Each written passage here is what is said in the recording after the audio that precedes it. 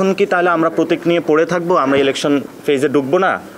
তো সেই জায়গা থেকে আমরা বৃহত্তর স্বার্থ চিন্তা করে এই ডিসিশনটা নিচ্ছি। কিন্তু ইলেকশন কমিশনের যে স্বেচ্ছাচারী আচরণ, এটা পুরো বাংলাদেশের সামনে স্পষ্ট হয়েছে। আমরা ইনশাল্লাহ শাপলাকলি নিচ্ছি পুরো বাংলাদেশের।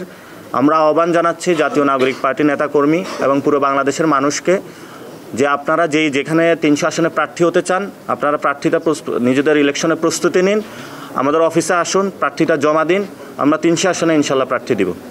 সেটা তো নির্বাচন কমিশনের দায়িত্ব লেভেল প্লেয়িং ফিল্ডটা রাখার জন্য এবং এটা নিরপেক্ষ ভূমিকা পালন করা। কিন্তু যদি কেউ সব কিছু মানিয়ে আমাদের উপর আঘাত দিতে আসে, আমরা তো চুপ করে থাকবো না। আমরা এখনও নির্বাচন কমিশনকে যদি সংক্ষিপ্ত ওয়ার্ডে বলতে বলেন, আমরা এটাকে নির্বাচন কমিশন বলতে পারি না বা ইলেকশন কমিশন বলতে, এটাকে ইঞ্জিনিয়ারিং কমিশন বলতে পারি আমরা।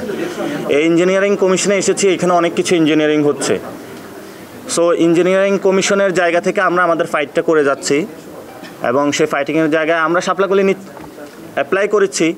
বাট এখানে আমরা বলে যাচ্ছি যে ইলেকশন কমিশন যথেষ্ট স্বেচ্ছাচারী আচরণ করছে এবং ভবিষ্যতেও বাংলাদেশের মানুষের সাথে করবে। আমরা সেই জায়গায় ফাইটগুলো জারি রাখবে, শুধু এই প্রতীক প্রশ্নে না, তাদের অনেকগুলো বিষয় নিয়ে আমরা আমাদের ফাইটটা আরও বড় আকারে ধারণ করবে ইনশাল্লাহ। আমরা তো বলছি যে 300 আসনেই মানে আমরা ইলেকশন করব। এবং আজকে সকালবেলা আমি এক রেস্টুরেন্টে খেতে গিয়েছিলাম, সেখানে হলো তার কাছে 25 লাখ টাকা চাঁদা চেয়েছে একটি নির্দিষ্ট দলের। ফলত আমাদের নৈতিকতার জায়গার ভিত্তি থেকে যদি কেউ সংস্কারের বিরোধী হয়, সংস্কারে যদি তারা আসে সেখানে আমরা ভেবে দেখতে পারবো। এটা হলো একটি বিষয়। আর বাংলাদেশে তো ধর্মীয় ফেসিবাদ কায়েম হয়েছে, সোশ্যাল ওয়েতে আপনারা মসজিদগুলো দখল করা চলছে এবং জামায়াত ইসলামীর যে ধর্মীয় ফেসিবাদ, এই ফেসিবাদের তো আমরা সঙ্গী হতে পারবো না। আবার বিএনপির যে চাঁদাবাজি সন্ত্রাস, সেটারও সঙ্গী হতে পারবো না। ফলত আমরা চাই দুইটি দলে আগামীর পার্লামেন্টে আমরা সংসদ করি, সবাই থাকি, সেখানে সন্ত্রাস, চাঁদাবাজি, দুর্নীতি এগুলো না থাকুক, ধর্মীয় ফেসিবাদও না থাকুক, একটি সুন্দর বাংলাদেশ আমরা প্রত্যাশা করি।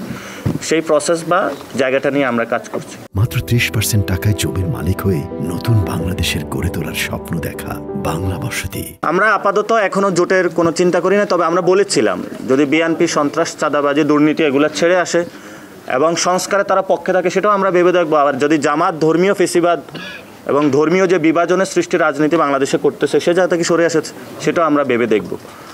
তবে আমাদের প্রাইম কনসার্নের জায়গাটা হলো চাঁদাবাজি, সন্ত্রাস এবং দুর্নীতি, বাংলাদেশে যে ধরনের গডফাদারদের রাজনীতি, এটির বিরুদ্ধে আমরা দাঁড়াতে চাই। তো বিএনপি যদি এখানে সরে আসতে পারে তাহলে সেখানে ইনশাল্লাহ কথা হতে পারে, আর যদি সরে না আসে তাহলে তো আমাদের কিছু করার নাই। এটা এখন বল বিএনপির কোর্টে, বিএনপিকে ভালো হবে নাকি হবে না।